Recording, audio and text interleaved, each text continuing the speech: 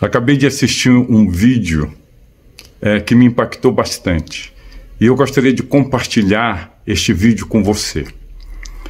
Este vídeo é com o Dr. Walter Wieff, que é um pastor, autor e palestrante e descobridor de coisas incríveis. Tenho certeza que isso vai te ajudar a você orar melhor acerca de toda essa situação do coronavírus.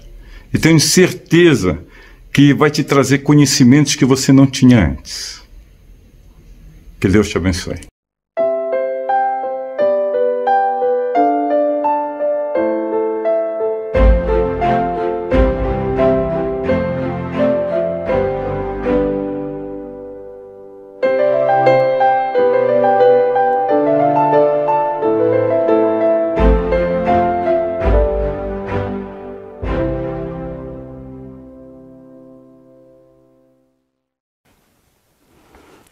Olá a todos, bem-vindos a mais um episódio de E aí, professor?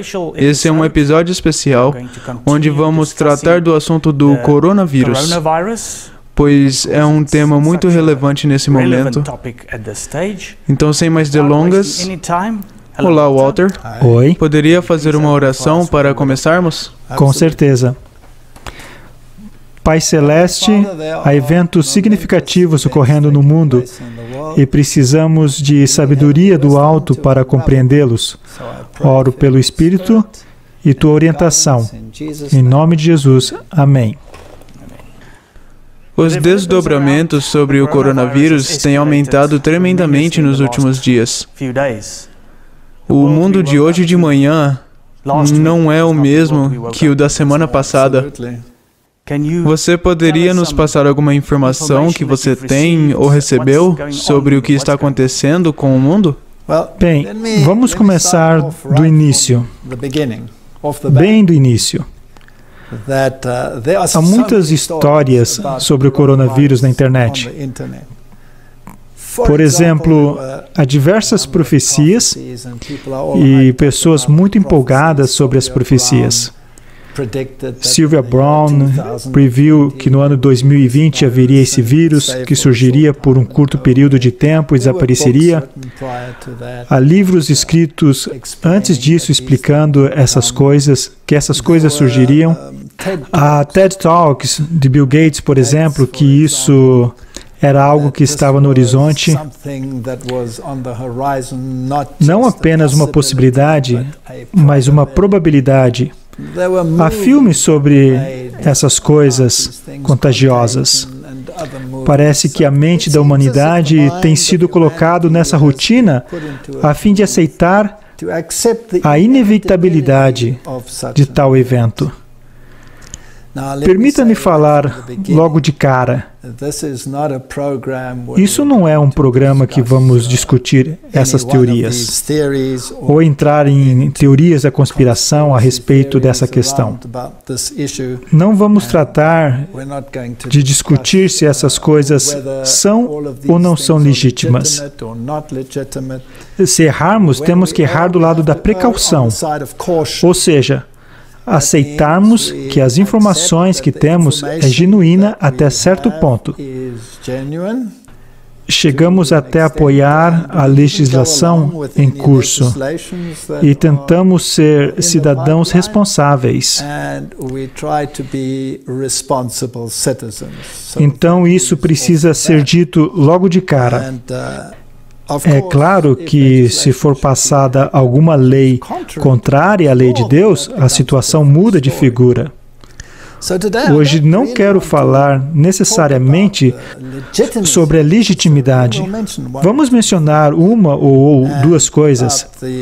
Falaremos sobre o fato de isso ser uma crise, mas quero falar mais sobre o resultado. Para onde tudo isso está nos levando? Qual é o resultado possível ou provável? Precisamos de informações confiáveis sobre isso.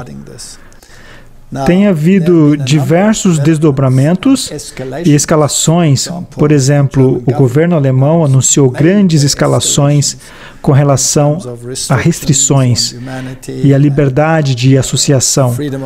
Tudo isso.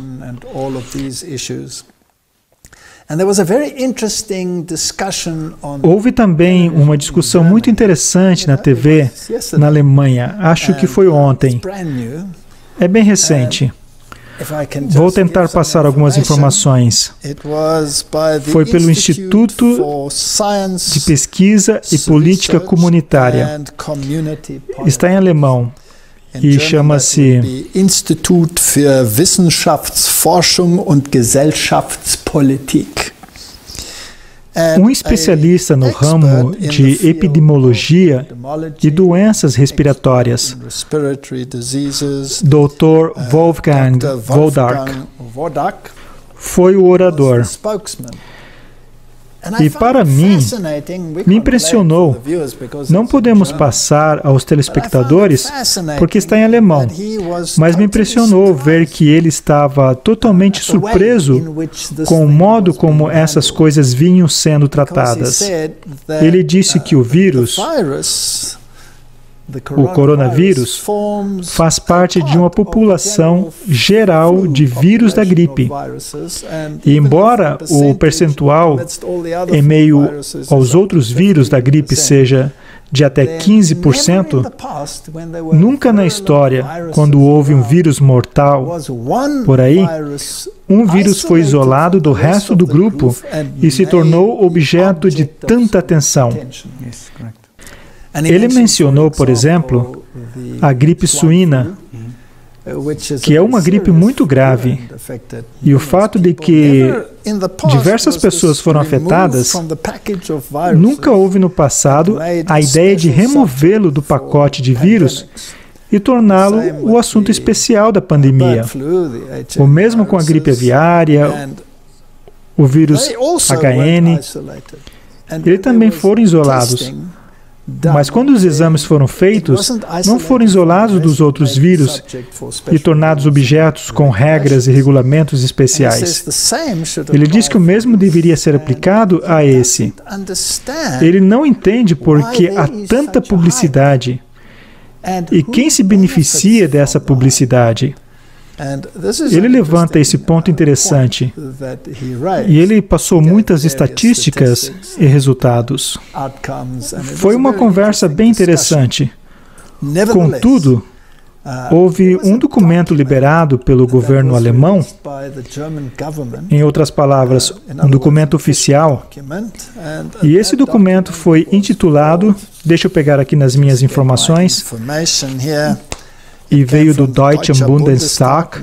Em outras palavras, esse é um documento oficial, é um Drucksache 17, ou seja, comunicado à imprensa 17/12051, lançado em 2013, baseado em pesquisas no ramo de possíveis epidemias e catástrofes. E como o Estado deveria responder a isso?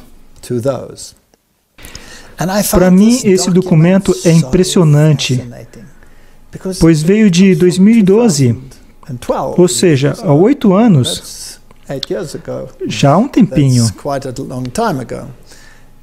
A primeira parte do documento fala de inundações e como deveria ser a resposta do governo para isso, caso haja inundações. E a outra parte do documento fala de análise de risco e da proteção da população contra uma pandemia de vírus, como o mod SARS. Eu tenho esse documento aqui comigo e para mim é impressionante porque é como um esquema do que estamos vendo atualmente no mundo. Na verdade, isso espelha de maneira tão exata que é como um roteiro. É incrivelmente interessante. Se eu pudesse voltar aos filmes produzidos, Tais filmes também são roteiros possíveis, ou resultados possíveis. Sempre falei em minhas palestras passadas sobre o mundo de Hollywood, que não é nada mais senão um teatro jesuíta. Será que estamos seguindo o roteiro? É uma possibilidade. Mais uma vez eu quero reiterar, não se trata de isso ser ou não real, mas do possível resultado acerca das ramificações proféticas de tal surto. Quando eu analiso este documento, lembre-se, é de 2012, já faz um bom tempo. Aparentemente, foi mais ou menos quando o coronavírus fez sua aparição na própria Alemanha e foi rotulado como um possível veículo desse tipo de pandemia. O documento nos dá uma análise de como isso terá seguimento e pergunta: qual é a probabilidade disso ocorrer? E o próprio documento responde: altamente provável. Então isso vai acontecer. É um esquema sobre como reagir quando de fato vier a ocorrer. Tem uma tabela logo no início onde analisam as ramificações e danos causados por um surto assim. Mais adiante, no documento, eles apresentam os números envolvidos. Ora, Angela Merkel recentemente fez um anúncio público com uma aparência bastante séria, onde disse que até 70% das pessoas poderiam ser infectadas com esse vírus.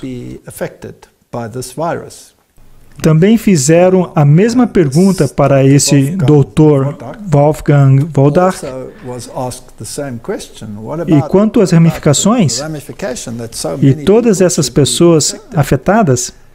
E ele disse, sabe, se analisarmos uma epidemia, ou até mesmo um cenário comum de gripe, onde as pessoas ficam gripadas, e num dado período de tempo, pode chegar até 70% da população com gripe. Se você perguntar a alguém, você ficou gripado ano passado? A maioria das pessoas dirá que sim. E outras dirão que não. Eu me livrei da gripe esse ano, mas a maioria dirá que teve a gripe pelo menos uma vez. Ora, se alguns escaparam, 70% com gripe não é algo extraordinário. Mas se não há prova direta quanto a qual vírus causou essa gripe, tudo fica misturado nesse grande amontoado conhecido como gripe. Se você tem uma publicidade assim, então todo mundo passa a conhecer o vírus. Me impressionou ver que os Estados Unidos têm um artigo no qual o Dr. Mark Siegel disse: isso é muito estranho, pois ele tem todas essas pessoas, mas em primeiro lugar, ele não pode ir vê-las, porque elas estão infectadas. Então, basicamente, deve-se entrevistá-las por telefone, para saber do que se trata. E os kits de testes não estão à disposição da população para saber a qual vírus estão sendo realizados testes. Então, a maioria das pessoas não estão sendo testadas de fato, pois não há kits de testes disponíveis. Ora, não se vê essas pessoas, elas estão em casa e não são testadas. Elas têm os sintomas, mas não se sabe se seriam apenas sintomas normais associados a uma gripe comum ou não. Nem os laboratórios vão testar? Claro, pois poderia colocá-los em risco de infecção. Isso é bem estranho. Se voltarmos a essa representação gráfica quanto aos efeitos disso tudo, ela está dividida em categorias, quanto ao efeito aos seres humanos, quanto ao efeito ao meio ambiente, qual o efeito à economia e qual os outros efeitos. E nós vamos falar sobre alguns deles. Morte. Estão falando aqui sobre categorias de A a E. E o máximo em E é possível que esteja em 7,5 milhões de mortes como consequência. Então dizem que o impacto vai ser muito grande sobre os seres humanos, com uma probabilidade de 7,5 milhões de mortes. Pessoas lesionadas e doentes estão no mesmo número e na mesma categoria. Aquele que precisa de ajuda, mais uma vez, estamos falando de milhões. E agora uma categoria bem interessante, pessoas desaparecidas. Trata-se de um número relativamente alto. Se considerarmos que o máximo é 7,5 milhões, então o número de pessoas desaparecidas seria entre 1/3 e metade do total. É um número bastante alto de pessoas desaparecidas. Eles explicam dizendo que talvez tiveram que viajar e não voltaram, ou sei lá, simplesmente desapareceram.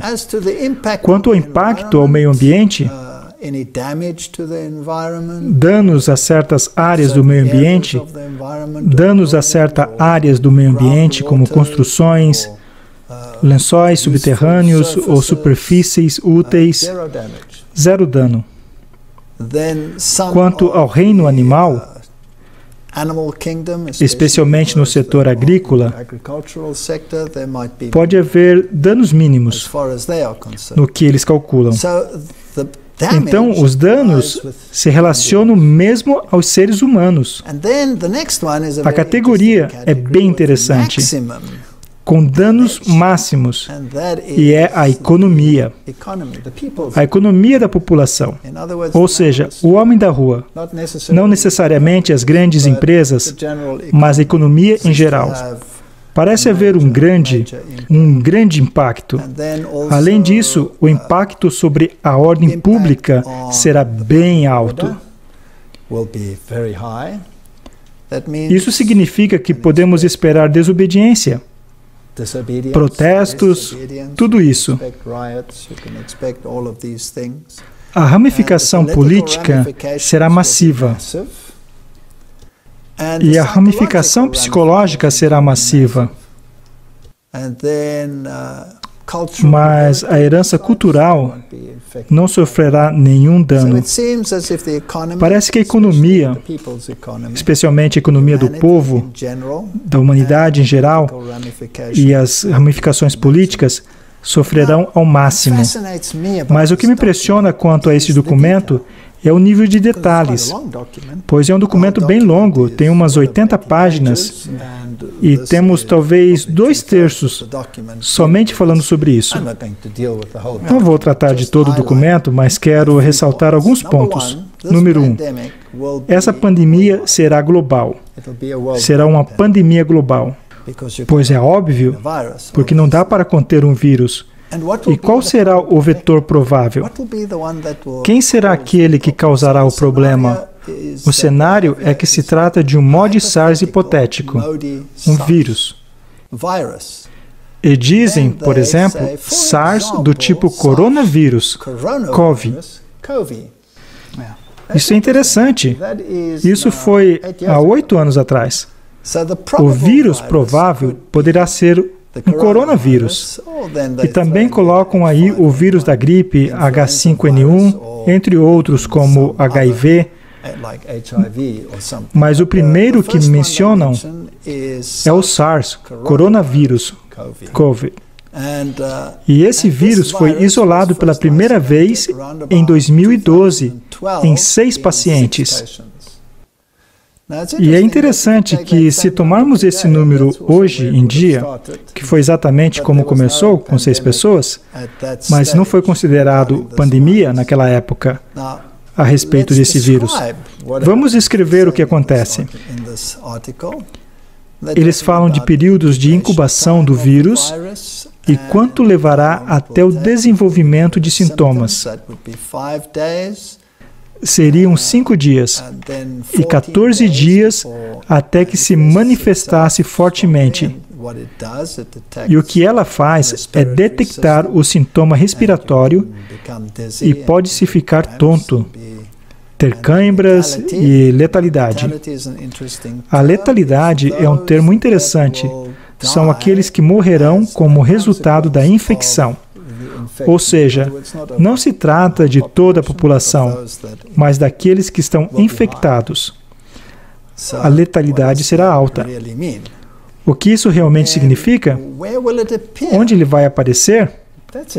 Eles dizem que vai aparecer ou será manifesto especialmente na Ásia, América do Norte e Europa. Interessante. Por que não no restante?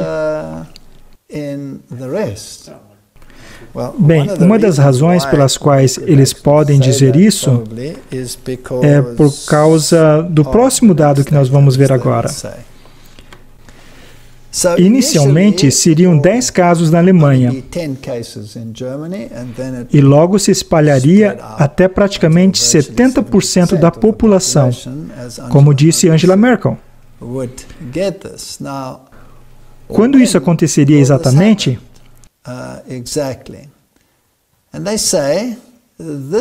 E eles dizem que ocorreria no mês de fevereiro na Ásia. Não é interessante que isso surgiu em fevereiro na Ásia? E eles disseram isso há 8 anos atrás, que provavelmente viria da Ásia. E em poucas semanas depois, a dimensão de tudo isso seria sentida. E em abril, seria identificado como MOD SARS, ou coronavírus. E logo iria à Europa e aos Estados Unidos. Então viria do sudeste da Ásia, que é onde está a China. E viria da feira livre, de onde estão os animais. E é exatamente o que aconteceu. Para mim, isso é impressionante. E apenas 2 pessoas que estariam na Ásia trariam a doença para a Europa. E de lá se disseminaria rapidamente. Para mim, o que é interessante é a duração. Isso é impressionante. Pois há muitas opiniões diferentes sobre isso. Sim, claro, disseram que somente algumas semanas, alguns meses. Vamos ver o que estão dizendo e voltaremos ao que algumas pessoas estão dizendo. Então, até quando continuarão esses desdobramentos? Podemos ter novos casos aparecendo o tempo inteiro. Mas aparentemente que a duração provavelmente será 3 anos. Esse documento diz que 3 anos. Quando voltamos ao que a mídia tem dito atualmente, eles disseram algumas semanas. Então disseram 3 meses. Acho que Donald Trump disse 6 meses. E agora as notícias mais recentes mostram um comunicado na Alemanha de que as restrições, como consequência do vírus nessa fase, estima-se de que perdurem por cerca de 2 anos. Estamos nos aproximando desses 3 anos. Temos um gráfico que mostra como isso ocorre. E veremos no gráfico que, de um lado, temos o número de pessoas que adoecem, em percentagem. E na parte inferior, temos um período de 3 anos. Em dias, temos 360 dias, ou seja, 1 ano, logo 2 e 3 anos. Tudo planejado para um período de 3 anos para esse vírus. Então, como serão os desdobramentos e quantas pessoas ficarão doentes? Já vimos esses dados no gráfico inferior. Então, não temos que entrar nesses detalhes.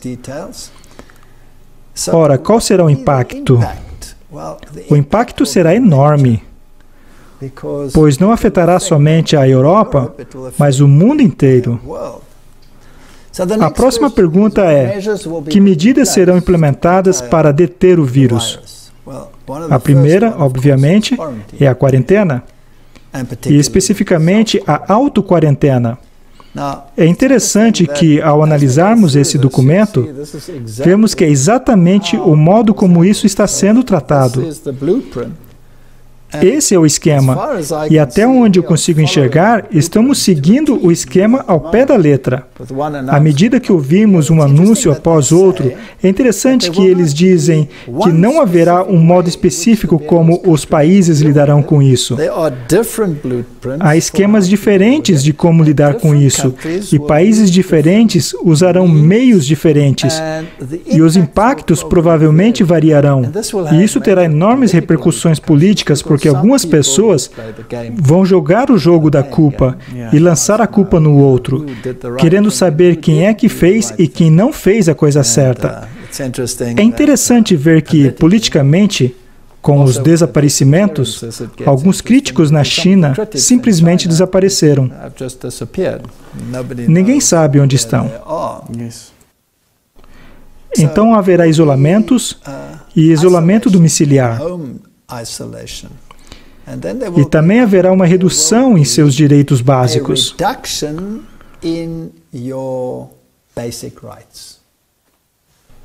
Temos uma lista impressionante. E o direito de privacidade em seu lar também será tolhido. Ou seja, mesmo em sua esfera doméstica, o braço da lei será notado e a liberdade humana básica será tolhida.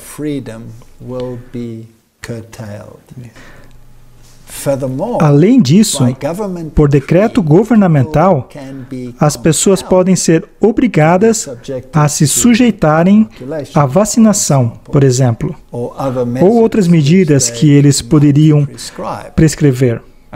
Eles dizem que as ramificações, em se tratando de sua vida social, seriam astronômicas. Em outras palavras, falemos francamente, a vida vai mudar completamente. Não somente por uma semana ou um mês, mas estamos falando de anos.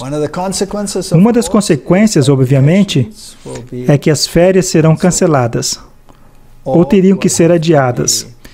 E isso teria um amplo impacto no setor de turismo. Então, o setor de turismo será terrivelmente afetado. Onde nós moramos, no país em que vivemos, ele sobrevive quase de 100% baseado na indústria do turismo. Então, se isso realmente suceder do modo como estão afirmando, acho que haverá graves repercussões aqui na área onde vivemos. Então, que áreas serão especialmente afetadas? O setor de energia, eletricidade, gás, petróleo mineral, etc., não será afetado. Isso vai continuar. Telecomunicações, informações, isso vai continuar. No que se refere ao tráfego aéreo, haverá repercussões massivas. Os únicos voos que provavelmente serão permitidos serão os voos de cargas. No que se refere à indústria de navegação, o transporte de carga continuará, mas onde houver aglomeração de pessoas, isso também será proibido. Assim será para o setor de turismo. É interessante que eles também falam do tráfego. Em outras palavras, os números de carros nas estradas. Inicialmente, isso aumentará drasticamente, pois as pessoas não poderão fazer uso do transporte público, pois aí haveria aglomeração e, por causa disso, haveria sobrecarga nas estradas e também teria que haver restrições a isso. Haverá problemas logísticos massivos para trazerem alimentos às regiões, pois a guarda de algumas fronteiras que não estavam em operação no passado terão que ser ativadas. Para mim, é interessante que a Polônia, que faz parte da União Europeia, não pode mais movimentar seus caminhões para dentro ou fora do país. As guardas de fronteiras desativadas foram ativadas. A Itália está isolada. Todas essas diversas áreas serão impactadas. Embora não devessem ser, haverá obviamente impactos maciços na esfera médica e no setor farmacêutico. Além disso, é interessante falar sobre a nutrição. Ora, a produção alimentícia continuará, mas terá impactos maciços, porque a população estará doente. Os agricultores estarão doentes. Alguns deles morrerão. Então haverá uma redução maciça, sem falar na redução maciça de alimentos que chegará às regiões. Então parece que um estilo de vida simplificado está perto de acontecer. E a vida, como de costume, com todos os luxos e essas coisas, será algo do passado. Me lembra os regulamentos na Segunda Guerra Mundial, ou mesmo na Primeira Guerra Mundial, quando houve tais restrições importantes em alimentos. E, por exemplo, certos itens de luxo, como farinha branca, farinha de trigo, não era permitida, era proibida por lei. Os militares foram autorizados a obter algumas dessas coisas. E sabe o que é fascinante? Na Suécia, por exemplo, e na Noruega, nos países nórdicos, toda a produção de carne de porco foi confiscada, porque era para os militares na Segunda Guerra Mundial. Durante o regime nazista, estavam tentando dominar o mundo. Todos esses itens alimentares foram para os militares. E as pessoas tiveram que voltar a um estilo de vida muito simples. E as doenças no mundo começaram a cair. Sim, doenças cardíacas, câncer. O gráfico foi lá para baixo. E as pessoas começaram a ficar mais saudáveis.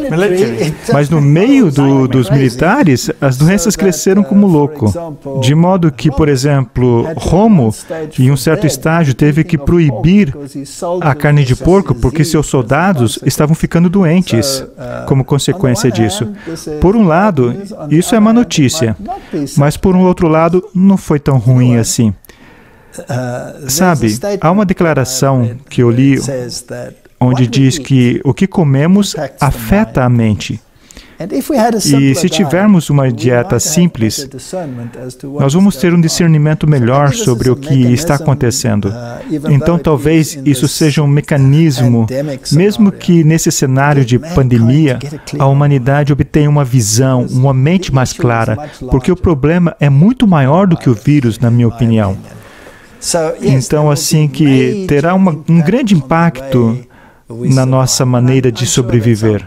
E eu tenho certeza que algumas pessoas terão sérios problemas com isso. Os bancos continuarão suas transações financeiras, o parlamento continuará, tudo isso vai continuar. Mas o sistema de justiça será impactado. Achei interessante o que eles disseram, por exemplo, que os júris já não serão mais permitidos. Então, o juiz vai decidir o que é certo ou errado e o júri já não vai mais existir. Porque você não pode ter um grupo de pessoas juntas. E isso é um problema sério. Haverá um problema massivo quando se trata de coleta de lixo. E se estima que pelo menos 7,5 milhões de pessoas morrerão do vírus durante os próximos 3 anos. E isso é só na Alemanha ou é no mundo todo? Isso é o que eles dizem sobre a Alemanha. Mas se você dividir esses 3 anos, você sabe, as pessoas morrem todos os anos, então vai ter um número expressivo. Isso é algo bem interessante. Agora, tem uma outra coisa que pode acontecer. Poderia haver um aumento maciço de roubo, porque as pessoas ficarão mais vulneráveis e afetadas com as restrições e as vendas ilegais e contrabando e muitos medicamentos falsos. E muitas coisas acontecerão contra a sociedade civil. E quando eu olho para o cenário profético, eu acho uma citação muito interessante no livro Educação, e diz, ao mesmo tempo que a anarquia está tentando varrer toda a lei, não apenas a divina, mas também a lei humana, e centralizando todo o poder em uma vasta combinação de enriquecimento de poucos à custa de muitos, a combinação das classes mais pobres para a defesa de seus interesses, o espírito de inquietação, de tumulto e derramamento de sangue, e em todo o mundo a disseminação dos mesmos ensinamentos que levaram à Revolução Francesa, participando para envolver o mundo inteiro em uma luta semelhante à que convulsionou a França. Quando eu penso em Bernie Sanders, por exemplo, e o seu propósito é protestar contra essa disparidade entre ricos e pobres, embora ele esteja certo, um de seus funcionários disse algo. O que foi que ele disse? Guilhotine os ricos. Guilhotine os ricos. Isso é tão remanescente dessa declaração de Revolução Francesa. É um tipo de ideologia que levou os franceses à Revolução. Estão todos tendendo a envolver o mundo inteiro em uma luta semelhante ao que convulsionou a França. Tais são as influências a serem enfrentadas pelos jovens de hoje. Para permanecer no meio dessa convulsão, eles devem alicerçar o caráter. Amarás o Senhor teu Deus com todo o seu coração e com toda a sua mente e com toda a sua alma. Por isso, se olharmos para todas essas ramificações políticas, então veremos que é surpreendente como estamos seguindo exatamente esse projeto. As companhias aéreas já não vão mais poder operar, nem para turismo ou viagens em geral. Toda a sua família vai ser afetada. A vida vai mudar. E já está sendo pedido um resgate de trilhões de dólares só para manter os voos. E, de fato, aqui nesse documento diz que os governantes terão que ajudar as companhias. E uma outra declaração na internet é que os governos terão que ajudar essas grandes indústrias. Do contrário, elas não sobreviverão. E claro que também haverá o efeito psicológico. Você terá que se afastar de grandes grupos de pessoas. Estamos sendo restringidos abaixo de 100 e depois abaixo de 50, de modo que a liberdade de associação mudará. Agora, isso também é uma maneira, além de impedir a propagação de doença, é uma maneira de controlar as pessoas para que não haja anarquia se desenvolvendo sobre essas condições. E se a mão da lei se estende até a sua casa, agora, imagine se ela se estender até a sua comunicação.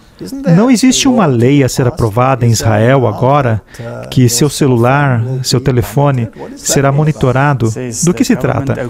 Diz que o governo aprova vigilância em massa dos telefones israelenses para conter o coronavírus. Então, há muita legislação que está sendo implementada e vigilância sendo aperfeiçoada na China. Essa é a mesma tecnologia disponível no resto do mundo. Já está na maioria dos países. Exatamente. Que poderá ser usada nessa situação também. Então você não tem a permissão para ter essa interação social. Tem que evitar a vida pública. As coisas que acontecem no esporte, na vida pública, influenciou tudo isso. E é claro, afeta a sua liberdade de estar em certos lugares, em certos momentos. E qual vai ser o impacto disso? Bem, as indústrias pequenas é que vão sofrer mais. Alguns cafés e pequenos restaurantes já estão fechando. Pequenas indústrias privadas não serão capazes de sobreviver. E eu acho isso bastante interessante. E não acho que tenhamos que dizer, mais uma vez, que esse documento é um mapa, é um projeto que está sendo seguido. Tudo isso é justificável? Essa é a pergunta que esse doutor faz. E a sua pergunta me fascina. E se tudo isso for orquestrado? O que não estamos dizendo que é, porque parece genuíno, mas e se for? Mas se fosse, quem se beneficiaria? Se isso for orquestrado ou não orquestrado, isso na realidade não é relevante, porque estamos basicamente em uma situação por algum motivo. E me parece que essa situação não vai desaparecer muito em breve. As leis estão se tornando cada vez mais rigorosas, e eu tenho a sensação de que isso é uma preparação ou é a coisa real. Quando se trata daquilo que estamos esperando por muito, muito tempo. Os eventos finais nesse planeta e as leis que estão sendo associadas a ele. E isso vai ficar cada vez mais fascinante se olharmos de algumas dessas leis. Mas nós vamos ver isso mais tarde. E se isso for real? E se tudo isso seguir de acordo com o que está aqui nesse mapa, nesse projeto? Então, é possível que tenhamos entrado no pequeno período de tribulação? É possível que essas declarações que nós vimos estejam aos poucos chegando a um cumprimento? Eu tenho um texto aqui do Lar Adventista que diz: repetidas vezes o Senhor tem instruído que nosso povo deve tirar suas famílias das cidades, levando-as para o campo, onde podem produzir suas próprias provisões, pois no futuro o problema de comprar e vender será muito sério. Devemos começar agora a acatar a instrução dada inúmeras vezes, sair das cidades para as zonas rurais, onde as casas não são aglomeradas, e onde estareis livres das interferências dos inimigos. Ainda há tempo? Ou talvez já estejamos um pouco atrasados? Seja o que for, essas instruções foram dadas há muito tempo atrás. E por que você não poderá comprar ou vender? Nós falamos sobre isso no programa anterior. Não é porque o seu cartão bancário não funcionará mais, pois o sistema bancário continuará de acordo com esse documento. Mas e se não houver nada nas prateleiras? Não é isso que está acontecendo? Temos lojas fechadas. Você pode ver isso na internet, as prateleiras vazias. E nós aqui vivemos numa cidadezinha muito pequena, que se você piscar, você já passou por ela. E as lojas estão vazias, mesmo aqui. E esse é o extremo sul da África, onde nenhum desses regulamentos realmente entrou em vigor. Mas eles já estão falando sobre isso. E na Europa, as prateleiras estão vazias. E eu tive uma conversa com um jovem cerca de um ano atrás. E essa pessoa estava veementemente contra a ideia de que estamos vivendo perto do tempo do fim. E eu tenho um pequeno jardim. Não é um jardim muito grande, mas produz tomate, alguns vegetais, um alface aqui, um alface ali. E ele estava perguntando, para que isso? Para que se importar com isso? Por que não ir ali na esquina e comprar no supermercado? E eu disse para ele, jovem, e isso foi há um ano atrás. E eu disse para ele, e se você for no supermercado e o supermercado estiver vazio? E se não tiver nada nas prateleiras, o que você vai fazer? E ele olhou para mim como se eu não fosse desse mundo. E disse, você está louco? Isso nunca foi assim, nunca e jamais será no futuro. E eu disse, bem, é melhor você orar para que continue assim. Apenas um ano depois, e as prateleiras estão vazias. Agora, eu não estou sendo um traficante de medo, mas isso é a realidade. E eu acredito que poderíamos estar muito perto do tempo que estávamos esperando. E não será um momento agradável. Será um período difícil.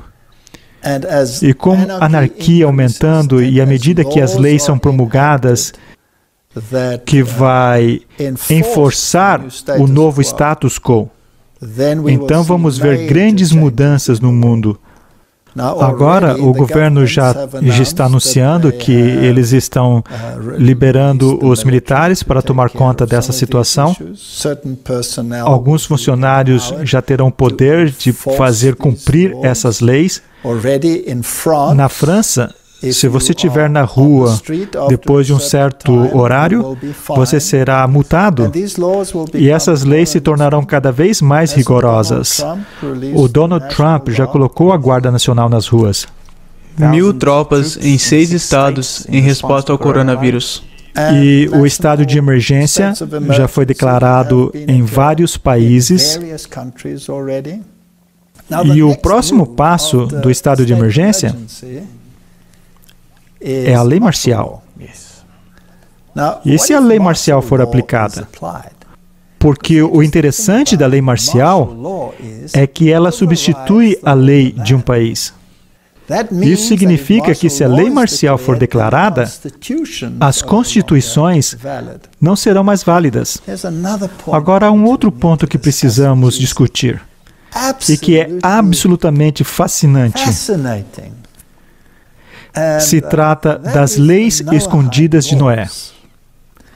Agora, as leis de Noé são bem cabalísticas. Ela vem do Cabala. A Cabala é o misticismo judaico.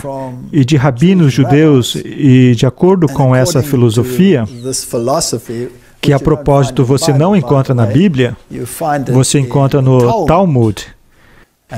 E se você lê o Talmud, então você está lendo um documento fascinante que pode ter elementos da Bíblia, mas sua própria interpretação, é claro, é muito diferente. Por exemplo, se você ler sobre Jesus Cristo no Talmud, então seus cabelos vão ficar em pé. Não no seu caso, é claro.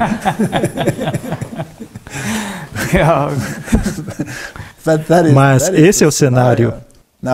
Agora, quais são as leis de Noé? De acordo com essa filosofia, essas leis foram dadas originalmente a Adão e Eva. E depois de, claro, que quando essa primeira população desapareceu, então depois de ser dada aos antediluvianos, foi dada aos pós-diluvianos, no caso Noé, e agora eles chamam de as leis escondidas de Noé, que foram dadas antes das leis do Sinai, de acordo com essa filosofia. E, portanto, elas são aplicáveis não só a um povo, como os judeus, por exemplo, mas aplicáveis a toda a humanidade.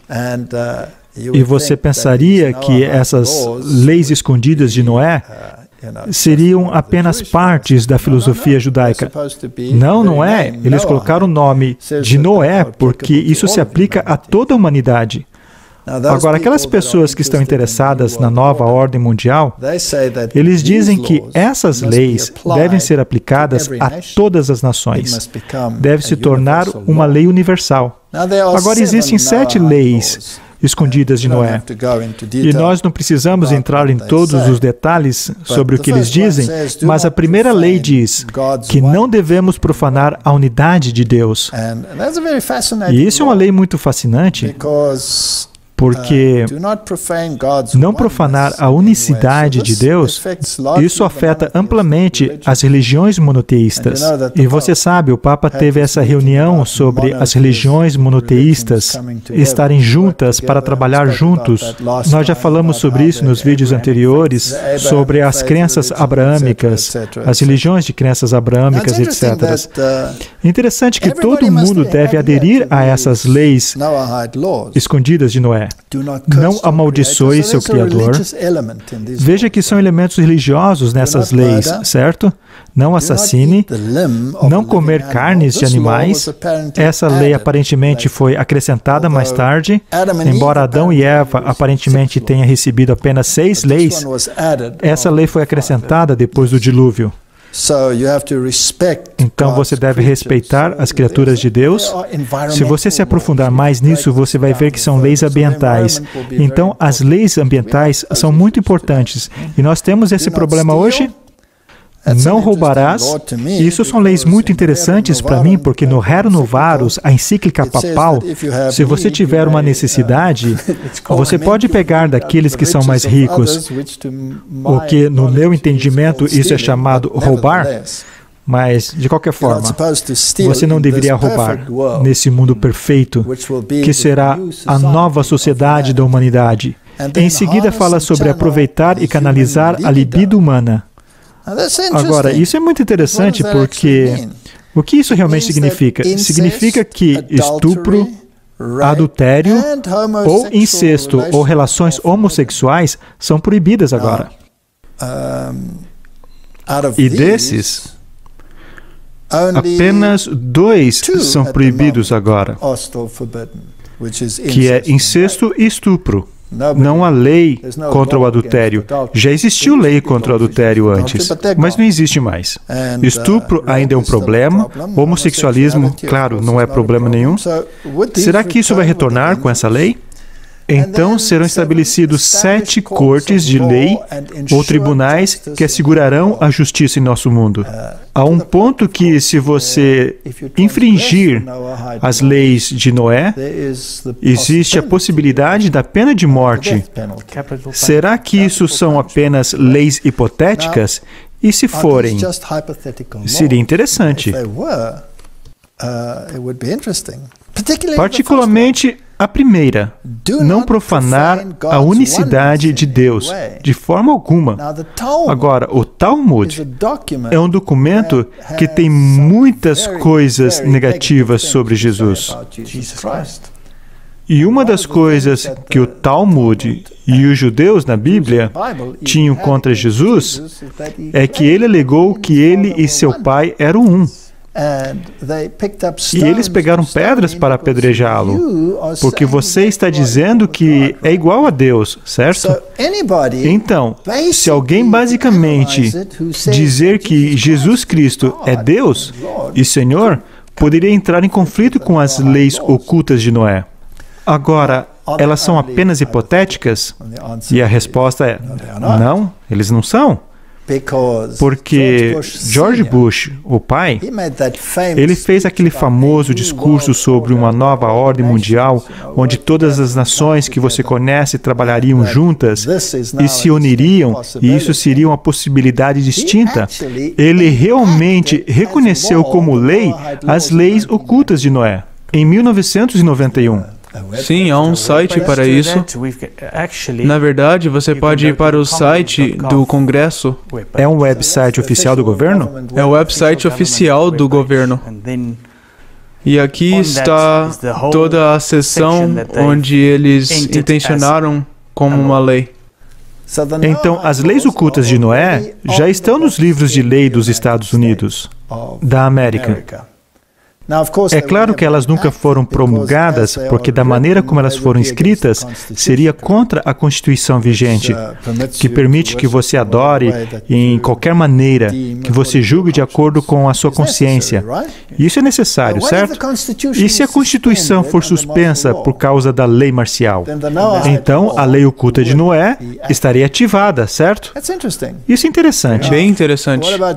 E sobre a Europa?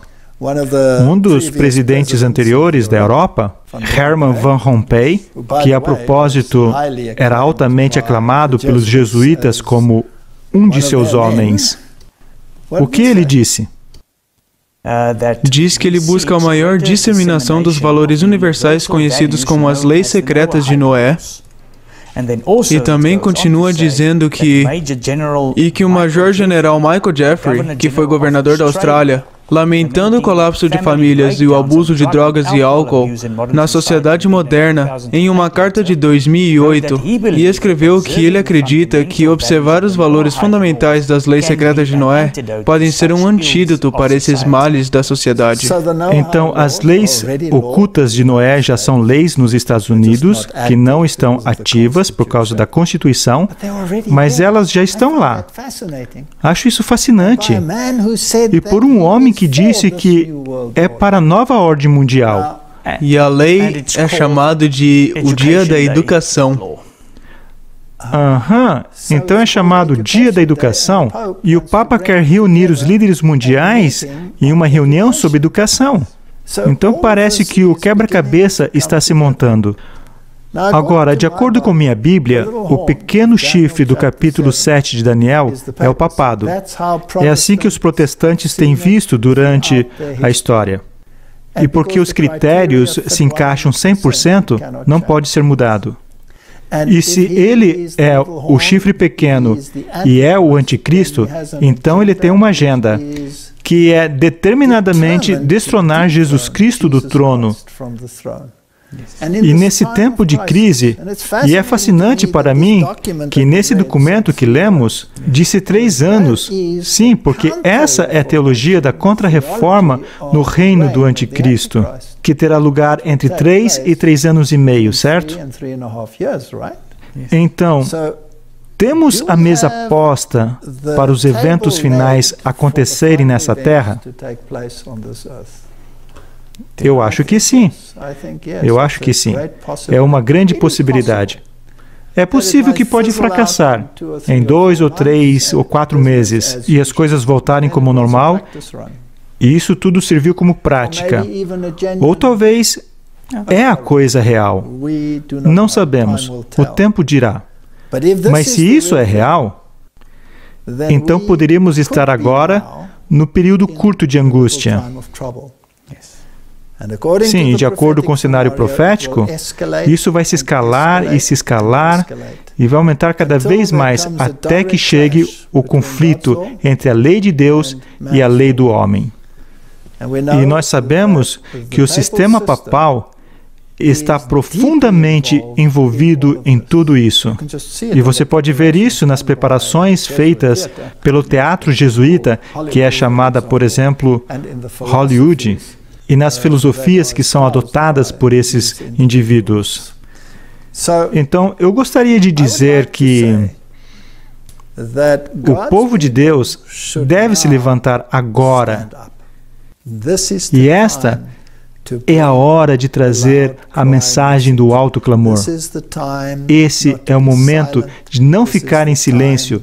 Esse é o momento de falar de todas as formas possíveis que temos que avisar o mundo.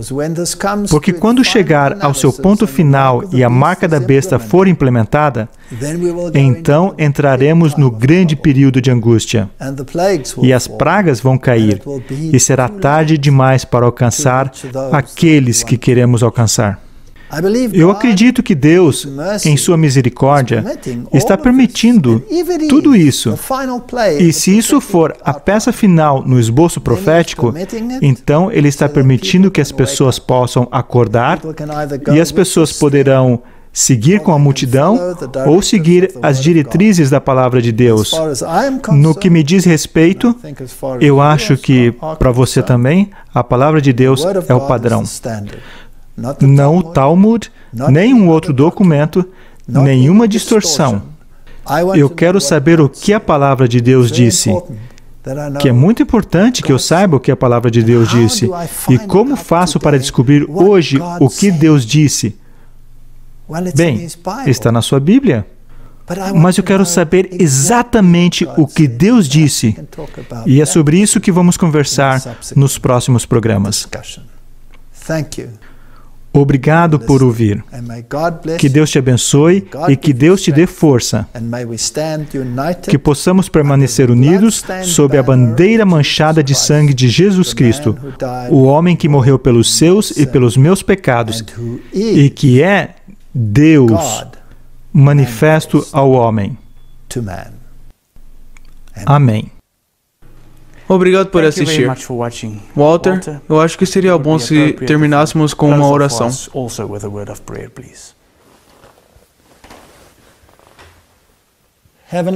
Querido Pai Celestial, o Senhor nos deu uma planta em Sua palavra, um esboço dos desenvolvimentos desse mundo com antecedência.